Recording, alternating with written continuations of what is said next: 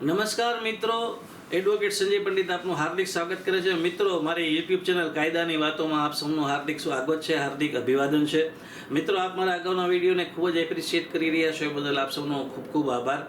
મિત્રો, આજે આપણે જે ચર્ચા કરવાના છે આ વિડીયોના માધ્યમથી એ કાયદાનો એવો એક વિષય છે કે જેમાં કોઈ વ્યક્તિ ઉપર જ્યારે ખોટી ફરિયાદ કરવામાં આવે તો આવે વખતે આ ખોટી ફરિયાદ જેના ઉપર કરવામાં આવી છે કે ખોટો આક્ષેપ ઘડવામાં આવ્યો છે એની પાસે શું કાનૂની ઉપાયો કે ઉપચારો કાયદામાં અવેલેબલ છે એની આજે ટૂંકી ચર્ચા આપણે આ વિડીયોના માધ્યમથી કરવાના છીએ. મિત્રો, તો અંત સુધી આ વિડીયો સાથે જોડાયેલા રહેશો કારણ કે આ વિડીયો છે એ તમારા કાનૂની જ્ઞાનમાં જરૂરથી વધારો કરશે કે ખોટી ફરિયાદ જ્યારે કરવામાં આવે છે તો સામે એ ખોટી ફરિયાદ કરનાર વિરુદ્ધ શું એક્શન લઈ શકાય એની ચર્ચા આજે આપણે કરવાના છીએ.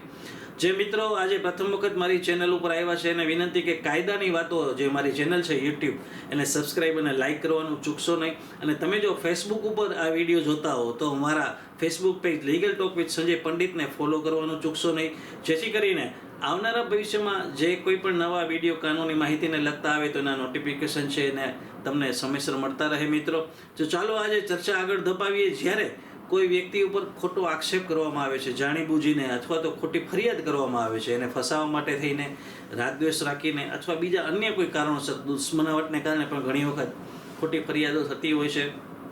તો આવા કિસ્સામાં જ્યારે જે વ્યક્તિ પર ખોટી ફરિયાદ થાય છે એ વ્યક્તિએ તાત્કાલિક હાઈકોર્ટમાં જવું જોઈએ. હાઈકોર્ટમાં એને પિટિશન દાખલ કરવી જોઈએ. ભારતીય નાગરિક સુરક્ષા સંહિતાની કલમ 528 હેઠળ આ છે એ પિટિશન દાખલ થઈ શકે છે. નામદાર હાઈકોર્ટને આ કાયદા દ્વારા ભારતીય નાગરિક સુરક્ષા સંહિતાનો જે નવો કાયદો અમલમાં આવ્યો છે એમાં હાઈકોર્ટને આવી ખોટી ફરિયાદો રદ કરવાની સત્તા આપવામાં આવી છે. મિત્રો, અને આવી પિટિશન દાખલ કર્યા પછી જે વ્યક્તિ પાસે ખોટી ફરિયાદ થઈ છે એવા પૂરતા પુરાવા હોય અને જો હાઈકોર્ટ છે એના પુરાવા કન્સિડર કરે અને આ ફરિયાદ જો રદ કરવામાં આવે તો આ ફરિયાદ રદ થયા પછી એ વ્યક્તિએ આટલી બધી જેને કહેવાય કે માનસિક ત્રાસ અને વેદના સહન કરી હોય, ખોટા આક્ષેપ એની ઉપર થયા હોય અને જ્યારે ફરિયાદો થઈ હોય ત્યારે વર્તમાનપત્રોમાં પણ એના વિશે સમાચારો પ્રસિદ્ધ થયા હોય એટલે આટલી બધી તીવ્ર વેદનામાંથી એને પસાર થવું પડ્યું, એટલો બધો ખર્ચ કરવો પડ્યો, હાઈકોર્ટમાં વકીલો રાખી પિટિશનો કરવી પડે. તો આવે વખતે આ ખોટા ફરિયાદી વિરુદ્ધ પછી શું કાર્યવાહી થઈ શકે એની ચર્ચા આપણે આગળ ધપાવીએ. તો સૌપ્રથમ જ્યારે કોઈ વ્યક્તિ ઉપર ખોટી ફરિયાદ થઈ હોય અને ફરિયાદ રદ થઈ જાય, એમાંથી નિર્દોષ પુરવાર થાય તો એ ખોટા ફરિયાદી ઉપર છે એ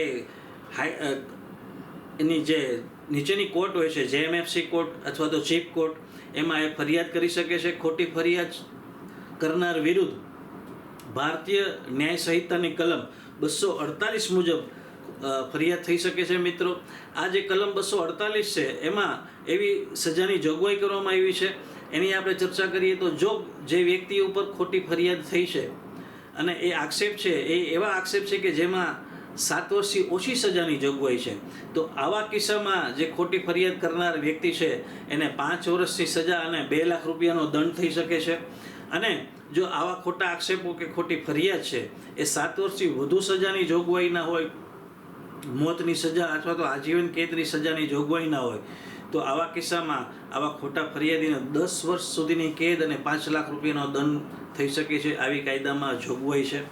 આ સિવાય આ જે ભોગ બનનાર છે કે જેને વિરુદ્ધ ખોટી ફરિયાદ કરવામાં આવી છે એ પોતે આટલી બધી તીવ્ર માનસિક વેદનામાંથી પસાર થયો હોય, આટલી બધી બદનામી સહન કરી હોય તો ખોટા ફરિયાદી ઉપર એ બદનક્ષીનો દાવો કરી અને વળતર પણ માગી શકે છે તીવ્ર માનસિક વેદના વેઠવા બદલ.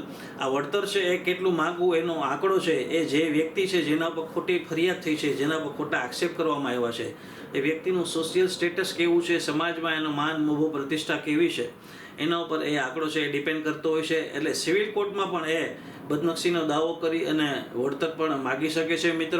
તો મિત્રો, આજે આપણે જે ચર્ચા કરી એ કોઈ પણ વ્યક્તિ વિરુદ્ધ જ્યારે ખોટી ફરિયાદ કરવામાં આવે છે ત્યારે એને આવા ખોટા ફરિયાદી વિરુદ્ધ શું કાનૂની ઉપાય અવેલેબલ છે એની ચર્ચા આપણે કરી. હું આશા રાખું છું કે તમને આ વિડીયો પસંદ આવ્યો હશે, તમારા કાનૂની જ્ઞાનમાં વધારો કરશે.